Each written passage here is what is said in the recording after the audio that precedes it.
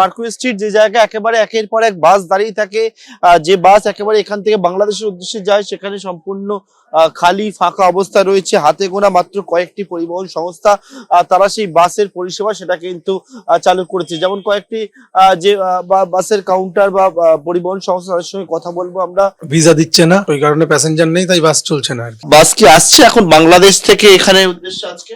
আপাতত তো আসছে আজকে, কিন্তু প্যাসেঞ্জার খুবই কম। মেডিকেল গ্রাউন্ডে এসেছিল, জি আজকে ফিরে যাচ্ছেন? না, আগামীকালকে যাবো। আচ্ছা, আগামীকালকে যাবো, টিকিট করার জন্য আসছে। চিকিৎসা পরিষেবা নেওয়া হয়ে গেছে না আগেই যাচ্ছেন? না, এখনো হয় নাই, আজকে শেষ করবো। মোটামুটি হচ্ছে, না হওয়ার মতো। কম প্যাসেঞ্জার, কম প্যাসেঞ্জার খুব কমই।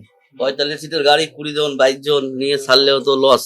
পরিবহন সংস্থার সঙ্গে যারা যুক্ত তারা বলছেন যেহেতু ভিসা দেওয়া হচ্ছে না সেই কারণে অনেকে ফিরতে চাইলেও কিন্তু এদেশে তারা ফিরতে পারছেন না।